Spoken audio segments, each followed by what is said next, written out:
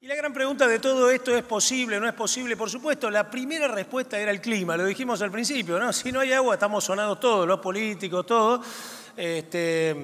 Algunos teníamos la ilusión de volver a tener 45.000 millones de dólares de exportaciones, ¿no? Y tener todo eso. Cuando lo mirábamos con el ingeniero Sierra, los datos, decíamos, y tendremos 16, 17 millones de toneladas de trigo, tendremos 60 de maíz, etcétera. Bueno, veremos, todo va a depender del clima. Pero también, ¿de qué va a depender?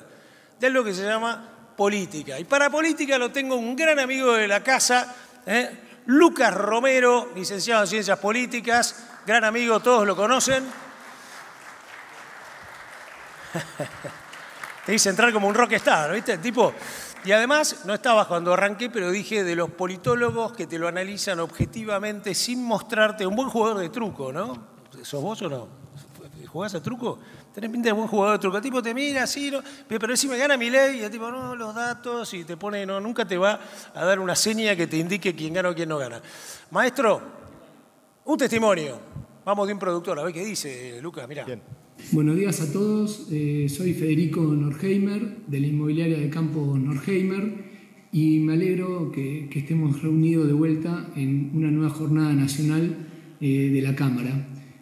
La verdad que hablando de la evolución de la Cámara y habiendo participado desde el origen con aquella recordada Mercampos, me alegro ver cómo ha crecido la Cámara, cómo ha evolucionado con cada vez más socios de todo el país, logrando ser cada vez más federal. Y si esto representa que haya cada vez más socios es porque la Cámara tiene cada vez algo más lindo y más interesante que ofrecer. Y esto ha llevado a que tenga una madurez que se ve cómo ha evolucionado en el tiempo. Me alegro mucho también por el equipo que la forma, principalmente por Fede y Silvia, que nos representan como Cámara. La verdad que siendo ellos la cara visible y organizativa de nuestra Cámara, me siento identificado con su forma de ser, con su manera de trabajar. Creo que son gente muy seria, muy arbitraria en estos temas, que es muy importante para darle seriedad a una Cámara, así que felicitaciones a ellos. Y también me alegro de la evolución de ver que cada vez hay más gente involucrada y que no solo son 5 o 10 personas con un empuje infernal, pero que llegamos hasta el empuje de ellos, ¿no? Con cada vez más personas participando permite lograr que la Cámara evolucione y vaya progresando cada vez más. Esto, como digo, permite que siga evolucionando a un buen ritmo y a un paso sólido. Así que me alegro mucho estar nuevamente acá en esta convención y saludos a todos los colegas. Impecable. Lucas, ¿sabés qué es esto? Es una gran familia. Muchos lo ves acá, otros allá. El señor director le prometí algunos datos a la audiencia. Ustedes después me tienen que dar datos de gente conectada, países, hay gente de otros países. Y en cada uno de estos videos, le cuento a Lucas de paso porque todos lo vimos, ¿no? Hay territorialidad, hay países hermanos, hay gente joven. Y como en este caso, que lo veía Federico, que yo lo mencioné hace un rato, lo conocía el padre por su famosa inmobiliaria Norheimer Minola en su momento, hay gente que además trasciende siguiendo el negocio de los padres. O sea que también hay tradición, hay un montón de valores en esto que es una institución importantísima. Te lo dejo como elemento de diagnóstico político. Bueno, gracias Ricardo, y se transmite eso y efectivamente agradezco a la gente de la Cámara por invitarme a participar de este evento. Le decía a Federico que quizás convenía seguir hablando de realidad virtual, pero me toca hablar de la realidad real. Y de algo interesante, porque efectivamente estamos en un momento interesante. Es inconcebible analizar el escenario político argentino sin considerar el contexto económico, ¿no? Hoy el proceso económico se ha vuelto un condicionante muy determinante, no solo del proceso político, sino del proceso electoral. Pero resulta paradójico esto de escuchar a los economistas. No sé si ha habido economistas en el programa, pero esto de los economistas que cuando terminan de hacer el crudo diagnóstico de la situación económica argentina, que seguramente ustedes lo sienten día a día en su actividad, terminan concluyendo, bueno, se tiene que ordenar la política. Si la política no se ordena, esto no se resuelve. Y coincido con ese diagnóstico, y por eso el inicio de esta reflexión sobre lo que está pasando en la Argentina en materia política, bueno, es esto, ¿no? Si tenemos que ordenar la macroeconomía, bueno, quizás hay que ordenar la macropolítica, digo yo, parafraseando esta demanda de los economistas de sin una macro ordenada es imposible que esta economía funcione. ¿Y por qué introduzco con este enfoque, con este encuadre? Bueno, porque quiero aportar un marco conceptual para entender lo que está pasando en la Argentina y para esto les traigo a colación a un amigo. Este personaje que ustedes ven allí, David Easton, es un politólogo, es para nosotros el padre de la ciencia política moderna. Allá a mediados del siglo XX él recopiló mucha de la información y el análisis y la investigación que se había hecho sobre nuestro objeto de estudio en el campo de la sociología, que es el sistema político. Y publicó un libro, A Political System, que fue un clásico después de la teoría política, en donde explicaba el funcionamiento de los sistemas políticos. Y el modelo de Easton es muy sencillo, pero me interesa traerlo a colación porque me parece que es muy ilustrativo para entender lo que nos está pasando. Easton decía, bueno, el sistema político es una suerte de caja negra, dice, ahí se producen interacciones políticas, dice, pero esa caja negra ingresan dos inputs, las demandas, lo que le pedimos al sistema que resuelva, y los apoyos, ¿no? Esta creencia que tenemos todos nosotros de que, bueno, esta es la forma que tenemos para resolver o para tomar decisiones colectivas, ¿no? Incluso la forma material de introducirle apoyos al sistema, que es esto que vamos a hacer nosotros el 22 de octubre y que hicimos el 13 de agosto, es ir a votar, elegir representantes. Estamos introduciendo nuestro apoyo al sistema para que el sistema funcione. Y decía Easton, y esto es lo que me interesa, dice, los sistemas políticos producen decisiones. Obviamente que esto después funciona en un modo iterativo, ¿no? Las decisiones se producen, se retroalimentan en más o menos demandas y resuelven los problemas, en más o menos apoyo. Pero me quiero quedar con ese concepto de que los sistemas políticos producen decisiones, porque en algún punto el ordenarse la política que reclaman los economistas es un sistema político que tome decisiones. Las decisiones que hay que tomar. Porque probablemente vamos a concluir todos que hemos llegado a esta circunstancia, seguramente por malas decisiones, pero muy seguramente también por no haber tomado decisiones. Es más, este gobierno es muy ilustrativo en ese sentido. ¿Está este gobierno tomando las decisiones que hay que tomar para arreglar la economía? No. Está administrando la coyuntura y tomando decisiones para mitigar el impacto de un mal funcionamiento de la economía que produce en la gente. Es decir, no estamos teniendo un sistema político que produzca decisiones. Y esto es lo que necesitamos. ¿Y por qué es importante? Porque, bueno, estamos en el momento de introducirle apoyos al sistema y lo que necesitamos es que el sistema construya voluntad política, ¿no? Que esos apoyos que ingresemos configuren al sistema de un modo tal para que el sistema produzca voluntad política. ¿Qué es voluntad política? No es solamente las ideas o el plan de cómo resolver esto, es la capacidad de ejecutarlo, porque si no, es insuficiente. Bueno, este es el marco conceptual para mí más recomendable para entender este momento de la Argentina, porque lo que más necesitamos no es elegir un presidente, es elegir o configurar al sistema de un modo tal que el sistema funcione. Vamos a repasar un poquitito qué es lo que está pasando. Obviamente estamos en el medio de un proceso electoral, hemos definido la oferta electoral, se ha reducido, nos han quedado estas 5 fórmulas presidenciales, pero me voy a quedar con las 3 que están efectivamente disputando la elección presidencial, Massa, Bullrich y Milei. Una elección, desde 1983 a la actualidad no tenemos, ni en una elección paso, ni en una general, 3 competidores, 3 fuerzas políticas en una distancia inferior a 3 puntos porcentuales disputando la elección. Esto es inédito. Y es una elección efectivamente muy pareja. Ahora, no parece pareja.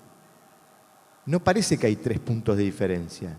Y eso es porque lo que nos han enseñado la PASO es que en la PASO los candidatos compiten contra sus propias expectativas. El que está muy por encima de la expectativa gana, sale impulsado muy favorablemente. Uy, mirá qué bien que le fue a Mengano. Los que están por debajo de la expectativa parece que perdieron. Y por eso quedó la sensación de que en la PASO del 13 de agosto ganó 1 y perdieron 2. Bueno, esta es la escena que nos quedó. Un Massa que cuando mira la escena dice, bueno, acabamos de tener el peor resultado histórico del peronismo en una elección presidencial, pero no estamos lejos. Y mis 2 rivales se parecen bastante. Y mejor aún, son 2 rivales que no le gustan mucho a mis votantes disponibles, a los votos que yo pudiera recolectar. Y esa quizás es la ventaja que tiene Massa. ¿Cuál es la dificultad? La economía. Es el candidato del oficialismo y va a tener que lidiar con lo que está pasando en la economía. Por ejemplo, hoy el dólar informal yéndose a 800 pesos, lógicamente esto repercutiendo en inflación y esto complicando la competitividad del gobierno. Bullrich ganó la PASO y es la candidata del espacio que ofrece mejores condiciones de gobernabilidad, en esto que les planteaba de Easton al comienzo. Pero perdió contra su rival en esto de representar la demanda de cambio, y eso fue una mala noticia para Juntos por el Cambio. A Juntos por el Cambio le hubiera convenido perder con Massa, perder con Unión por la Patria, pero no perder con Milei. Sobre todo con un Milei que sorprendió muy positivamente en el resultado, y eso obviamente generó un clima favorable para Milei, y esto es el activo, lo importante, lo valioso que tiene Milei, haber sorprendido, y ese clima favorable que se generó después de la paso hacia su figura. Pero tiene debilidades y tiene amenazas, ¿no? Esta cuestión de un programa tan disruptivo y estas dificultades para entender cómo haría Milei para gobernar, ¿no? Son un poco las dificultades, las amenazas que presentan. Pero aquí tenemos esta competencia entre tres que naturalmente quedarán dos si eventualmente hay una segunda vuelta o alguno de ellos ganará el 22 de octubre. Pero analicemos un poquitito los resultados antes de pasar a analizar lo que viene, porque los resultados nos han dejado algunos elementos interesantes de análisis, ¿no? Acá tenemos el resultado que ustedes ya todos conocen. Esos porcentajes que ven ustedes allí están calculados sobre votos afirmativos, que es como se cuentan los votos en octubre, con lo cual Milei sacó 31,6, no sacó 29,9, como dijo el escrutinio definitivo, porque esa contabilidad sobre válidos, incluye los blancos. Sobre afirmativos, Milei sacó 31,6. 29,6 Juntos por el Cambio, 30%, 29% el oficialismo. Pero me interesa que vean el gráfico de la derecha, que es cómo han perdido caudal las principales coaliciones en estos últimos 4 años y cómo emerge la Libertad Avanza como tercer actor. No fue un proceso sincrónico. Fíjense en este gráfico que les muestro acá, que la principal pérdida de caudal electoral del oficialismo se produjo en los primeros 2 años de estos últimos 4, entre 2019 y 2021. Pero me interesa resaltar lo otro que a lo mejor está subestimado, que es la pérdida de caudal que sufrió Juntos por el Cambio en estos últimos 2 años. 3 millones de votos entre lo que sacó Juntos por el Cambio en la general de 2021 y lo que sacó en esta PASO. Bueno, ¿por qué me interesa? Porque efectivamente si uno tiene que explicar de dónde apareció Milei, cómo salió Milei, naturalmente tiene que ir a ese dato. Y fíjense si comparamos un poco la performance de Juntos por el Cambio en las 24 provincias. Juntos por el Cambio perdió votos en todas las provincias menos en Neuquén. Con la particularidad que en las provincias donde más votos perdió, más del 35% de su caudal electoral, allí fueron 8 provincias en donde ganó Milei. Vaya si no esto valida esta idea de que Milei se alimentó de votos de Juntos por el Cambio y también de votos de Juntos por el Cambio en el Gran Buenos Aires. Fíjense que en los 24 municipios de Gran Buenos Aires también Juntos por el Cambio perdió votos en relación a 2 años atrás, ¿no? Allí empezamos a encontrar evidencia de dónde aparece esta nueva fuerza de la Libertad Avanza. Pero hay un dato mucho más interesante. Tenemos algunas provincias que desdoblaron sus elecciones, ¿no? No votaron provincialmente en el mismo momento que se votó a nivel nacional. Fíjense este dato. Si comparamos los votos que juntaron los candidatos provinciales de Juntos por el Cambio en esas elecciones provinciales y los votos que juntaron los candidatos a presidente de Juntos por el Cambio en la elección del 13 de agosto, los candidatos provinciales juntaron 1.600.000 votos más que Bullrich y Larreta. Los votantes del interior eligen a Juntos por el Cambio en las ofertas provinciales para gobernar sus provincias o para competir en sus provincias, pero no los eligen a nivel nacional. Algo está pasando ahí. Y ustedes dirán, ¿eso es mucho o es poco, 1.600.000? Bueno, la diferencia entre Juntos por el Cambio y Milei fue de 450.000 votos. Acá hay 1.600.000 que perdió Juntos por el Cambio en relación a lo que sus propios votantes, sus propios candidatos provinciales sacaron en esas elecciones. Y esto nos lleva a pensar sobre un aspecto bien interesante del proceso electoral, que es lo bien que le fue a Milei en el interior del país. Si retiramos el AMBA de la contabilidad, si no contamos los votos de la Ciudad de Buenos Aires y del Gran Buenos Aires, fíjense cómo hubiera salido el resultado nacional de esa Argentina imaginaria sin el AMBA. Milei hubiera estado a menos de 5 puntos de ganar en primera vuelta. Hubiera sacado 35,3% de los votos, Juntos por el Cambio 28% y Unión por la Patria 26%. Es decir, le fue muy bien a Milei en el interior, quizás está explicado por el gráfico que les mostraba anteriormente. Logró capturar en buena medida votos de Juntos por el Cambio. Y ya que hablamos de resultados agregados, ¿cómo le fue al universo agropecuario? ¿Cómo fue el resultado en el mundo agropecuario. Hicimos un ejercicio que hacemos habitualmente. Agarramos las 5 provincias esencialmente agropecuarias del país, las más importantes, les retiramos los centros urbanos y juntamos como si eso fuera un distrito único para ver cómo salió la elección. Bueno, ganó Juntos por el Cambio por 0,3 de ventaja sobre Milei. Estuvo muy repartido en toda esa área rural del interior de las provincias agropecuarias el voto entre Juntos por el Cambio y Milei, con obviamente Unión por la Patria un poco más abajo, 22%. Pero interesante el dato de la zona agropecuaria. Pero vamos a meternos a analizar un poquitito los datos de Provincia de Buenos Aires, porque no solo Milei se alimenta de votos de Juntos por el Cambio, y vamos a ver un poco por qué. Bueno, tenemos el mismo ejercicio, mirar el resultado en la provincia. Allí Kicillof ganó por 3 puntos porcentuales, pero también allí se produce este desinfle de las coaliciones en la Provincia de Buenos Aires que pierden las dos caudal electoral y aparece y emerge La Libertad Avanza, en este caso con Carolina Píparo como candidata a gobernadora, pero naturalmente una escena bastante parecida a la nacional en ese sentido. Pero hay algunos datos interesantes que se dieron en la Provincia de Buenos Aires. Vamos a tomar el Gran Buenos Aires como prueba de laboratorio para ver qué pasó allí, porque nos ayuda a entender algunas cosas. Fíjense que tuvimos en esta elección del 13 de agosto un fenómeno bastante parecido que habíamos tenido en 2021. Hubo mucha gente que no fue a votar. Pero ¿en qué zonas del Gran Buenos Aires no fueron a votar? Ustedes ven allí un mapa de Gran Buenos Aires, son los circuitos electorales, están divididos por circuito electoral, y ven algunos circuitos que están con un color clarito, que es en los lugares donde menos participación hubo. Bueno, esos circuitos son circuitos que cuando uno lo mira comparado, por ejemplo, bueno, acá tenemos la participación con la elección de 2019, hubo mucha más participación en el 2019, fíjense la comparación, pero quería compararlo con este mapa, que es el resultado electoral del 2019, y lo que van a ver es que las zonas donde más baja participación hubo son zonas en donde al peronismo le suele ir muy bien, sobre todo en el tercer cordón del Gran Buenos Aires. Y les agrego un dato que no está en la presentación. Fueron los circuitos en donde más votos blanco hubo. ¿Qué quiero decir?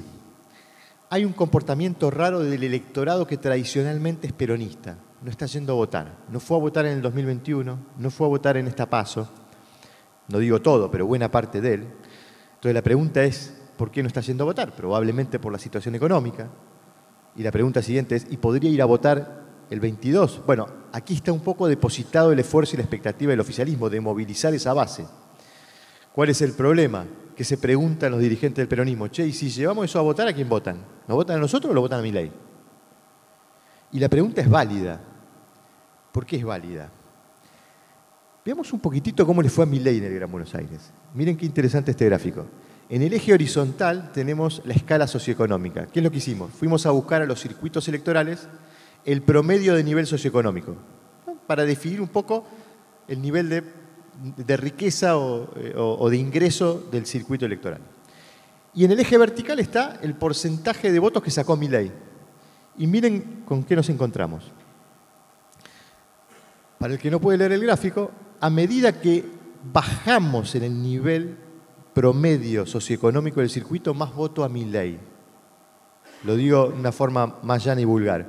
Cuanto más pobre es el circuito electoral, más voto a Milei.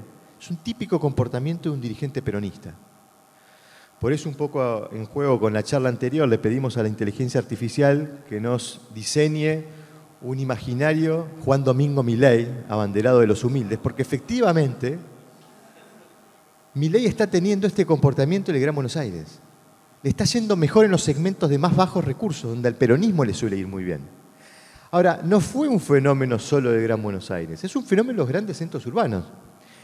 Veamos algunos otros centros urbanos. Acá tenemos el Gran Buenos Aires. Fíjense que en la zona violeta, que es donde más votos sacó Milei, donde más de 30% de los votos, lo comparamos con el 2019, lo que mostrábamos, ¿no? Las zonas donde a Milei le fue mejor son zonas donde al peronismo le fue muy bien en 2019. Pero veamos otras zonas urbanas. Rosario, Gran Rosario. A la derecha, ¿cómo salió el resultado de Rosario en 2019? A la izquierda, ¿cómo salió ahora?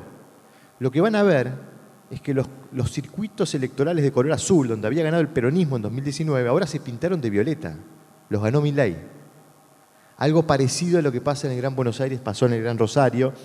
Y también en la ciudad de Buenos Aires. A la derecha, el resultado electoral por circuito en la ciudad en 2019. Vean la zona sur, las comunas 4, 7, 8, 9, que son tradicionalmente comunas en donde al peronismo le suele ir muy bien, y fíjense a la izquierda cómo le fue a Milei en la Ciudad de Buenos Aires.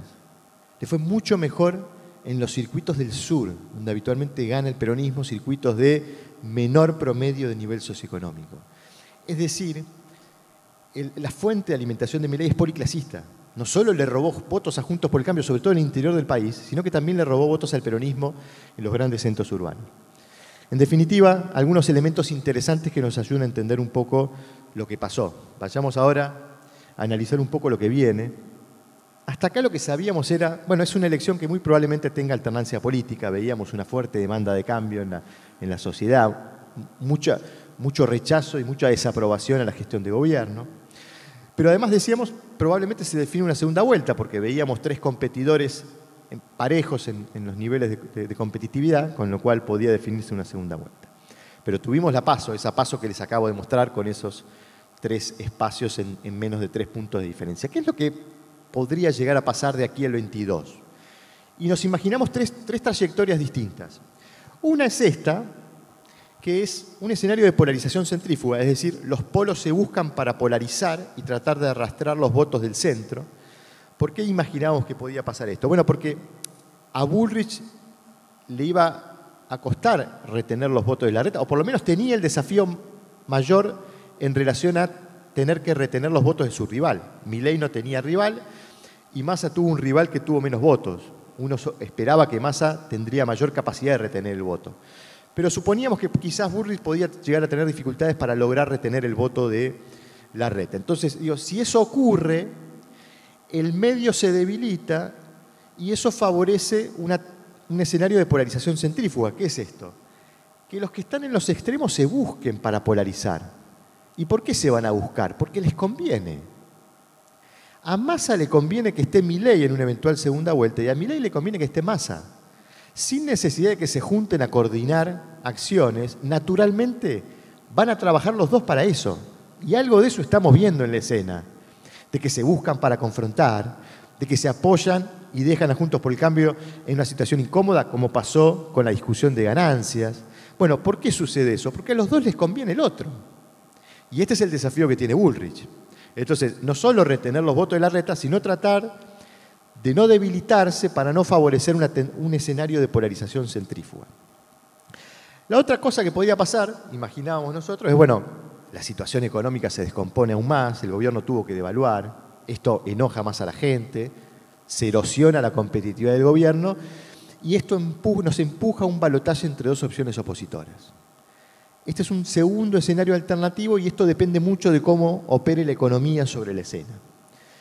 Y el tercer escenario que imaginábamos como posible es, bueno, Milei viene impulsado por el triunfo en primera vuelta, ese impulso lo lleva a mejorar su caudal electoral y la descomposición de la situación económica enoja más a la gente y la gente conecta más con esa opción radical de cambio que ofrece Milei, ¿no? Y decíamos, podíamos estar yendo a un escenario de primera vuelta. Bueno, esto en el ejercicio del análisis. Ahora vamos a ver un poquitito qué evidencia estamos recogiendo para entender en cuál de los 3 escenarios estamos. Con las dificultades que tenemos para este tipo de ejercicio de predicción a través de encuestas, con las dificultades que hemos tenido en ese sentido, pero no deja de ser interesante mirar. De hecho, este indicador que les estoy mostrando fue bastante predictivo del resultado. Lo primero que le preguntamos a la gente en nuestros estudios es, si hoy fuera una elección, ¿usted votaría al oficialismo o a la oposición? Sencillo, continuidad o cambio. Y este es el resultado que recogimos en nuestro último estudio, ya tiene un par de semanas, 29,6 oficialismo, 57,5 oposición, pero fíjense que es la tendencia que veníamos viendo. Y es una tendencia que reflejó bastante el escenario, ¿no? El gobierno sacó 29% de los votos, con lo cual, en este sentido, esta descripción estructural del proceso electoral sigue estando en la escena. Esto es lo que nos lleva a pensar, bueno, es muy probable que haya alternancia, es muy difícil que el gobierno construya una mayoría ganadora en este contexto. Pero, naturalmente, después le preguntamos, bueno, quedaron 5 fórmulas, ¿cuál de las 5 fórmulas usted votaría si hoy fueran las elecciones? Nos quedamos solamente con la gente que nos dice que va a votar y nos encontramos con esto, que es la primera hipótesis que manejábamos, el escenario de polarización centrífuga. O sea, el medio se debilitó un poco, Milei mejoró su competitividad y Massa logra lo que suponíamos que podía lograr, que es concentrar todo el voto disponible que tiene a su alrededor. No por simpatía, no porque esté haciendo bien las cosas, porque hay gente que rechaza lo alternativo, que es refractaria a la posibilidad de votar a Bullrich o a Milei. Es eso quizás lo que está empujando a esos votantes a votar a Massa, y la ventaja que tiene Massa de, bueno, quizás con ese piso le alcance para lograr aspirar a entrar a un balotaje, veremos, pero en todo caso es un escenario en donde vemos una posibilidad de resolución en segunda vuelta, pero en este caso con más probabilidad de ocurrencia para una segunda vuelta entre Milei y Massa que entre Milei y Bullrich, que sería el escenario de balotaje opositor. Ustedes la ven a Bullrich así disminuida, estaba peor. El primer estudio que hicimos y analizamos la retención del voto de Larreta, Bullrich retenía menos del 50% del voto de Larreta. Lo mejoró mucho, ahora está en 70%, viene mejorando, y no descartamos que siga mejorando y que logre retener el 100% de esos votantes que seguramente el 14 de agosto estaban enojados y lentamente empiezan a convencerse de la idea de votar a Bullrich. Veremos si eso ocurre y eso empareja un poco más las cosas. Pero fíjense que es interesante esta segunda forma de mirar, porque uno puede mirarlo prospectivamente, que es lo que la gente me dice que va a hacer, pero la otra forma de mirarlo, si le desconfiamos a la capacidad predictiva de los estudios, es decir, bueno, veamos qué nos dice la gente en relación a lo que hizo y qué es lo que dice que va a hacer ahora, que es este gráfico que les muestro. El oficialismo, Massa, con buena retención de los votos del oficialismo, retiene en buena medida gran parte de los votos. Milei también, pierde algo Milei, hay un 5% que van a Bullrich. Pero este es un dato que me parece que es el dato que seguramente más preocupa a Bullrich.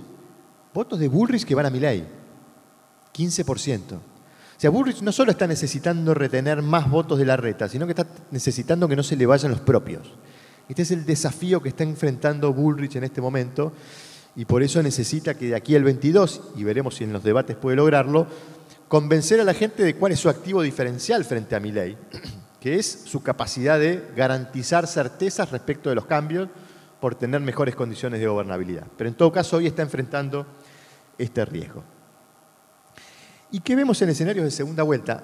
Tomémoslo ilustrativamente, porque a estos escenarios le van a faltar hechos que van a ocurrir, el resultado de la general, toda la campaña de aquí al 22 y la posterior al 22, si es que hay segunda vuelta, pero sí nos marcan un poco el rasgo estructural del proceso. Interesante, por ejemplo, fíjense que Massa en los dos escenarios de balotaje no logra crecer mucho más del 30%.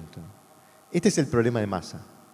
Quizás tiene esa ventaja de poder consolidar un piso que a lo mejor lo ayude a ingresar a un balotaje, tiene la desventaja que tiene un techo bajo. No puede sumar mucho más. Quizás el contexto económico lo condiciona mucho en ese sentido. Milei le gana muy bien a Massa. Si uno piensa en los votos que sacó Milei y los votos que sacó Bullrich, que más o menos juntan 47%, dice, bueno, ahí está probablemente un electorado que en esa disyuntiva vota a Milei. Interesante que Milei le gana a Bullrich por poco, pero hay muchos votantes que dicen, yo no voto, voto en blanco ahí. ¿Quiénes son? Son votantes de Unión por la Patria. Claro, se encuentran frente a dos alternativas que no los seducen.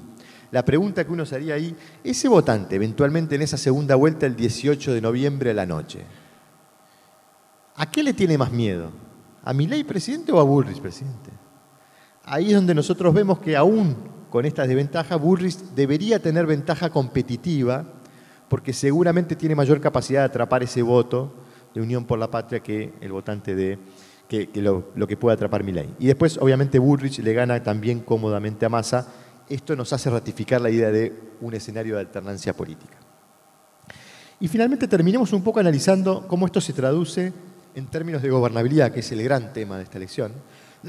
Porque si miramos la placa, les pido que presten atención a la derecha, vamos a ver que ninguna fuerza se encamina a controlar el Congreso. ¿Qué significa esto? Fragmentación política. ¿Qué significa? Necesidad de diálogo político.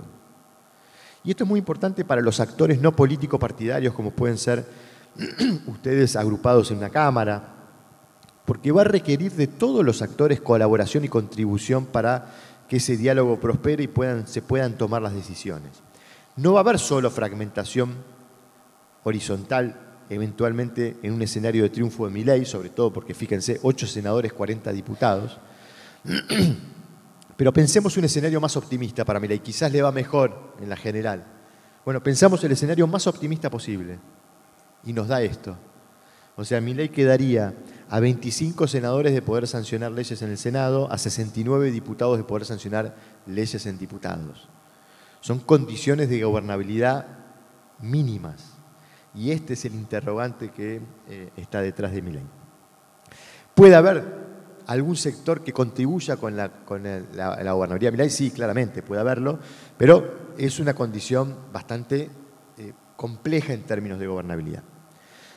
Y ni que hablar si gana Milei la gobernabilidad vertical. Busquen allí un gobernador en Milei, no lo van a ver.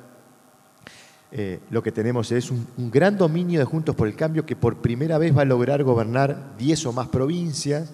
Esto no ocurrió nunca desde 1983 a la actualidad. Nunca una misma fuerza no peronista gobernó más de 10 provincias en la Argentina. Eso está ocurriendo y es consecuencia del retroceso del peronismo en términos de poder territorial. Fíjense allí 7 gobernadores nada más del peronismo. Y termino conectando esto con la agenda económica porque, como le decía al comienzo, no se puede analizar el escenario político sin considerar la complejidad del desafío económico que tiene la Argentina. En un contexto donde los mercados van a estar desconfiados, los consumidores impacientes, y ni que hablar cuando uno se pone a pensar la agenda económica de temas por resolver, ¿no? Las reformas estructurales, la corrección del déficit fiscal, la armonización de precios relativos, todo el programa financiero de, bueno, poner un tipo de cambio que genere la posibilidad de que la economía funcione con tasas de intereses reales positivas, sin emisión monetaria. Bueno, una agenda económica muy compleja que yo ahí la pinto en colores en función de la complejidad política. Para nuestro entender, armonizar precios relativos va a ser el gran desafío político del presidente que venga. Y ni que hablar de avanzar en reformas, como por ejemplo la reforma previsional. Pero quiero pensar esta agenda en función de los 3 candidatos. Sobre todo, por ejemplo, en el caso de Milei, ¿no? Porque creo que hay bastante evidencia para pensar que Milei va a ser un presidente débil, con dificultades para tomar decisiones, y esa debilidad naturalmente lo va a llevar a negociar su programa. Va a tener que negociar con el resto de los actores las decisiones.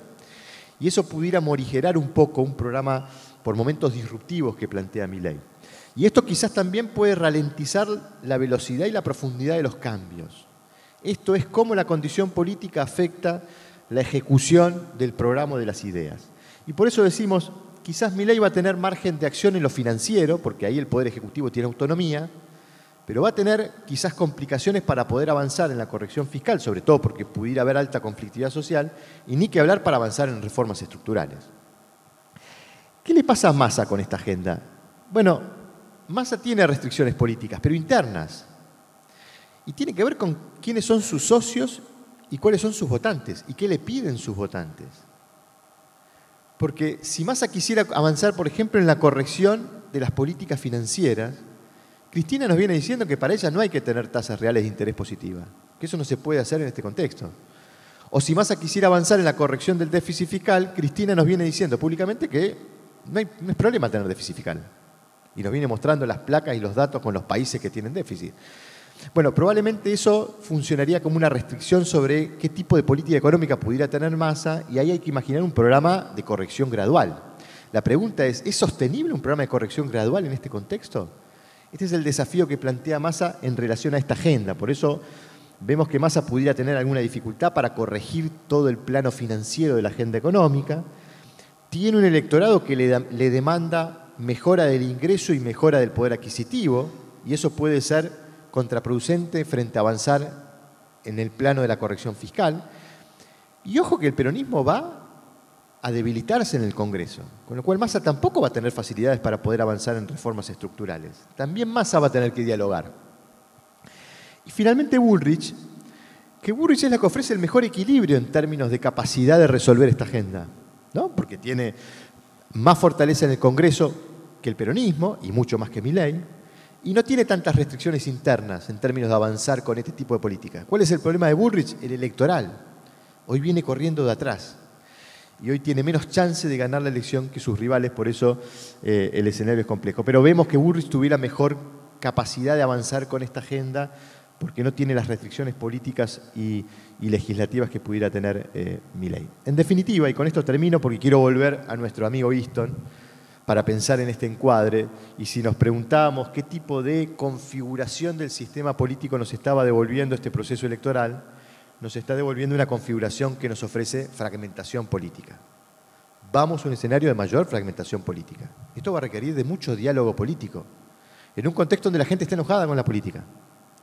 Pero podemos ir a un camino de fragmentación vertical y horizontal del poder. Y esto obviamente no es alentador respecto de nuestro problema original planteado por nuestro amigo Easton de que el sistema político tiene que producir decisiones. Y quizás una reflexión final es qué curioso que en un contexto con este desafío económico tan complejo por resolver, quizás uno de los más complejos de nuestra historia, estamos eligiendo el presidente más débil de la historia política democrática argentina. Digo, estamos diciendo en términos de probabilidad, ¿no? Con esta posibilidad de que efectivamente Milei gane la elección. Y es una paradoja que cuesta explicarla. Pero no se me ocurre mejor metáfora para explicar este momento argentino y este comportamiento electoral de la gente que esta imagen.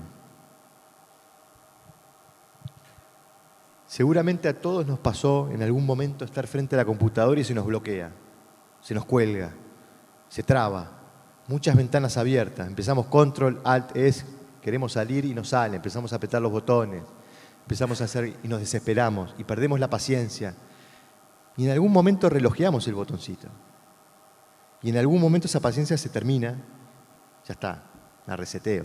No, pero vas a perder, ya está, me cansé, no lo soporto más esto. Hay una porción del electorado que reacciona frente a esta escena de esta forma. Incluso cuando uno le plantea los desafíos que Milei pudiera tener en materia de gobernabilidad, la respuesta es peor que esto, que huele por los aires. Bueno, esta es la complejidad de la escena. No es un escenario resuelto, pero nos plantea algunos riesgos, algunas advertencias, y es importante, interesante que las tengamos presentes. Así que bueno, muchas gracias. Hasta aquí la reflexión.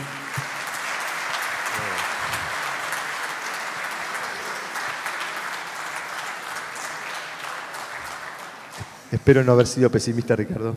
Impecable, impecable. Pues sabes que cuando vos ponías el botón reset, yo decía, claro, reset puede ser para nosotros, que esperás y tratás y qué sé yo. Ahora, un tipo joven que no la encuentra, aprieta el botón y se acabó. Y da la sensación hoy que mucho de ese voto bronca, ¿no? Pasa, como dijiste vos, para la gente más, no pobre, empobrecida, porque ha estado empobrecida terriblemente en los últimos 20 años, y por el otro lado también la gente joven, que me parece que no tiene la paciencia que puedo tener vos o yo, que tratás y no querés apretar el botón, sino que, chau, mis hijos dicen, flaco, la apretamos, vamos para adelante, cambiemos todo, ¿no? ¿Cómo ves eso? Sí, mirá, justo ayer un periodista me hacía una consulta al respecto y yo le decía, lo que nosotros veíamos en estudios cualitativos, porque él me hacía la pregunta al revés, me dice, che, ¿no puede ocurrir que los padres más asentados, más racionales, más conscientes de todo esto, le digan a los hijos, che, no hagas locuras, votá? Y yo le decía, cuando uno hablaba con los jóvenes, con los votantes de Milei jóvenes, una de las explicaciones que ellos te esgrimían de por qué el voto a Milei es, mirá, me cansé de escuchar a mi viejo que son todos iguales, que todos fracasaron, que este país no lo arregla nadie. O sea, la frustración que a esa juventud le baja de las generaciones más adultas, casi que le justifica ese voto. Entonces yo le decía, yo no sé si no va a ocurrir al revés, que los jóvenes terminen convenciendo a los padres, pero yo creo que en algún punto puede haber algún segmento joven que tiene alguna conciencia de él. De vuelta, yo no quiero hacer un juicio de valor sobre Milei y sobre sus propuestas, porque puede terminar resultando un gran estadista y un gran gobernante. Sí resulta llamativo que se evalúe como opción considerando la debilidad, porque el sistema político no está preparado para absorber un triunfo de Milei, porque la construcción de fortaleza política para hacer funcionar al sistema lleva un tiempo. Acá pasó todo muy rápido. Entonces, por eso la idea del botón de reset, ¿no? Pero, digo, quizás esa narrativa frustrante que consumieron esos hijos, y con motivos, porque la Argentina de los últimos años no da para no tener esa frustración, bueno, quizás eso justifique ese voto, y aún siendo conscientes de los riesgos de la debilidad política, decidan avanzar efectivamente en ese sentido. Es muy significativo el apoyo que está recibiendo Milei de los jóvenes. Si solo votaran los jóvenes, Milei ganaría en primera vuelta, 48% de intención de voto, lo tenemos en nuestro último estudio. Casi 50% de los jóvenes menores de 30 votan a Milei. Y es en buena medida explicación de su buen desempeño electoral, ¿no? O sea que me imaginaba la analogía de un Lego, ¿no? El jueguito. Y acá la pregunta que te hago es, ¿qué nos pasó como sociedad? Lo tuvimos hace un ratito a Guillermo Dietrich y te dice la cantidad de cosas. Vos decís, este flaco, cuando escuchás todo eso, decís, yo ni loco me metería en el gobierno a hacer nada, porque es terriblemente la maraña. No es que vos decís, che, hagamos esto, sacamos el Banco Central, para sacar el Banco Central. Si hacer una autopista costaba todo ese despelote, imagínate que va a ser el Banco Central. Pero entonces, yo lo que digo es, ¿qué nos pasó a nosotros que de alguna manera le pegamos tan fuerte? Digo, como sociedad, Juntos por el Cambio. Da la sensación de que ese efecto de último momento, cuando se le acaban los dólares, se hace ese ajuste y te aumenta el bondi 10 días antes que vas a votar, es tan así porque era un proceso en construcción que si uno lo analizás ahora, y se lo preguntás hasta a un kirchnerista, que yo lo he hecho, y decís, flaco, si hubiera ganado Macri, ¿estaríamos como estamos? ¿No? Entonces vos decís, no, ni loco, porque esto seguía, tenés que ser muy cuadrado para pensar que realmente el kirchnerismo hizo algo. Entonces, pensándolo un poquito hacia adelante, la sociedad, o qué le está faltando a Juntos por el Cambio para decir, mirá, estos rompieron todo, no son incapaces de hacer un juguete, nosotros nos faltó un pedazo, pero tenemos todos los cerebros, todos los equipos para seguir construyéndolo, lo que esperábamos, sabiendo que ahora son momentos peores que cuando arrancamos en 2015. ¿Qué pasa con la sociedad? Bueno, súper interesante la pregunta, Richard, y por eso ponía la placa esta, que también es interesante, de la diferencia entre el desempeño de la oferta provincial de Juntos por el Cambio, que de hecho ganó mucho en provincia, y la oferta nacional. Y ahí, siempre en el terreno de la hipótesis, ¿no? Obviamente, yo creo que el gran desempeño de Milei en el interior, y esa diferencia de cómo le fue a Milei en el interior y en el AMBA, algo nos está queriendo decir, sobre todo de lo que el electorado del interior quiere expresar con ese voto a Milei, y con el no voto a Juntos por el Cambio. Y es que esta dirigencia política nacional, que es la que se hace responsable de esta situación, se ha vuelto una dirigencia política obsesivamente del AMBA. Casi que se preocupa en exceso por esta porción geográfica del país, la porción más subsidiada, más atendida. Y yo lo pienso desde el votante del interior, que ve esa dirigencia política obsesionada con esa zona geográfica y que se puede sentir discriminado. Las dos figuras que animaron la escena política nacional de los últimos 20 años son dos figuras que están ancladas política y territorialmente en el AMBA, ¿no? Macri en la Ciudad de Buenos Aires, Cristina en el Gran Buenos Aires. Los tres candidatos que están disputando esta elección son candidatos del AMBA. Es decir, creo que también hay allí, me parece, y yendo a tu pregunta, de parte de Juntos por el Cambio, un déficit en haber asumido una representación federal de las preocupaciones del interior, sobre todo, del interior del país, el interior productivo.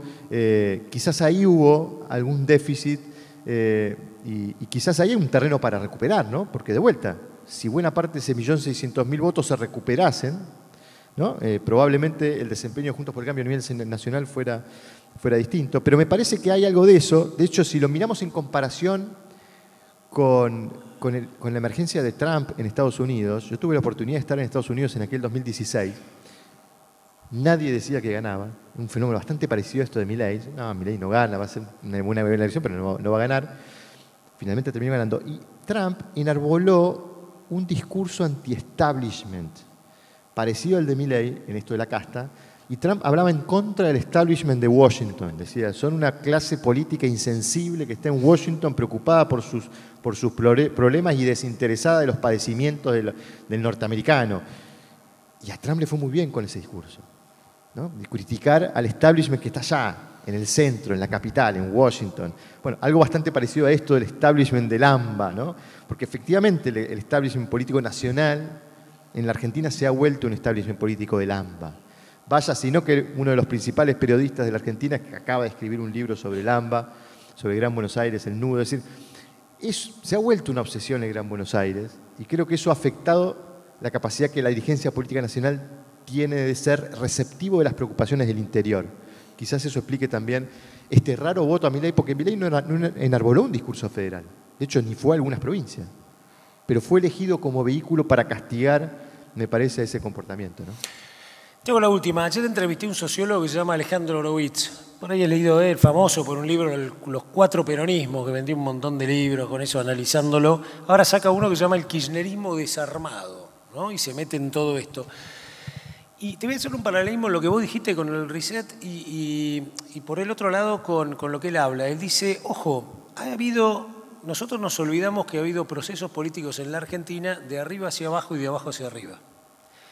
Dice, el fenómeno de Perón, nosotros nos imaginamos, Perón llegó, ganó, qué sé yo, Perón agarró, se montó arriba de su fama, de sus cosas en el Ministerio de Bienestar Social, y de repente en un momento agarran los militares, ¡pum!, Isla Martín García. Y él dice, poca gente sabe que él estaba escribiendo un librito, que le escribía cartas a Eva, y pocos saben que el 17 de octubre lo fueron a buscar, no es que él planeó todo eso, se lo armaron los gremios, se lo armó Eva, todo, le juntó a la plaza, la gente lo puso arriba. Y después dice, a partir de ahí es como que la política nos fue marcando. Y el reset que vos decís ahora me suena y te pregunto si es como ese fenómeno. Primera pregunta corta es si ese fenómeno se vuelve a dar, si están así como en ese momento, pero de otra forma, 70 años después. Y la segunda es, ¿qué consecuencias puede traer? Porque ese Perón después se quedó, no se fue, volvió 3 veces, etcétera, y ese Milei que vos pusiste tiene un aspecto similar.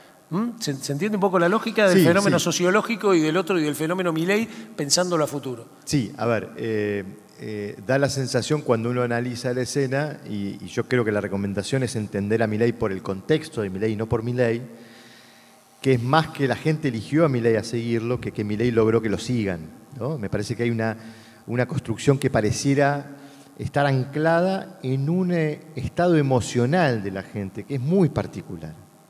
Porque esta es una sociedad a la que le están pasando muchas cosas, y cosas muy profundas y muy serias. Y no, digo, por no entrar en foco, digo, porque la pandemia ocurrió también en este periodo, pero esta ha sido una crisis muy larga, la de la Argentina. Hace 5 años que en la Argentina estamos en crisis. Y esto ha producido un sentimiento que ni siquiera es de enojo en la gente. En mayo le preguntamos a la gente cuál es el sentimiento con el que usted describe la situación actual del país, y la palabra más mencionada fue tristeza. Un sentimiento más de resignación que de bronca. Entonces, probablemente buena parte de la explicación de este fenómeno no esté anclada en la figura de Milei, sino que Milei ha sido elegido como vehículo para expresar algo. Milei ha sabido aprovechar eso, digamos, y ha logrado, obviamente, pararse en el lugar de representar buena parte de esos sentimientos que una porción importante de la gente tiene. Y en buena medida yo te diría que ahí va a estar su fuente de legitimidad originaria, porque digamos, va a tener dificultades para poder tomar decisiones, como les acabo de mostrar. Y está la legitimidad originaria de la gente que lo eligió, que puede ser mucha gente o no, lo veremos si es que él gana la elección. Pero en todo caso, me parece que va a haber mucha desapelación a ese apoyo popular para poder avanzar con algún tipo de cambios, algún tipo de reforma, si es que efectivamente se produce ese triunfo, ¿no?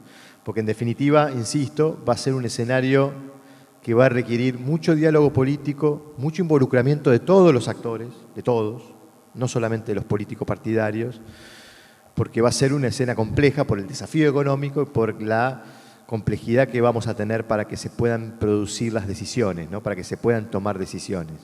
En un contexto complejo como este, uno obviamente recomendaría que la mejor forma de resolverlo es con un proceso de toma de decisión vertical. Esto es como cuando uno va a la guerra. En la guerra la conducción tiene que ser vertical, no hay tiempo para discutir. En la Argentina estamos más o menos en una coyuntura de esas características. Lo ideal sería tener un proceso de toma de decisiones bien ágil, bien vertical, pero no lo vamos a tener. Vamos a tener que contribuir a que sea lo más ágil posible, así que bueno, veremos qué es lo que ocurre el 22, veremos qué es lo que ocurre el 19 eventualmente, pero quería marcarles un poco algunas aristas interesantes, importantes y bueno, que deben ser tenidas y consideradas a la hora de ver qué nos está pasando a nosotros los argentinos. Lucas Romero, un aplauso. Gracias. Muchísimas gracias.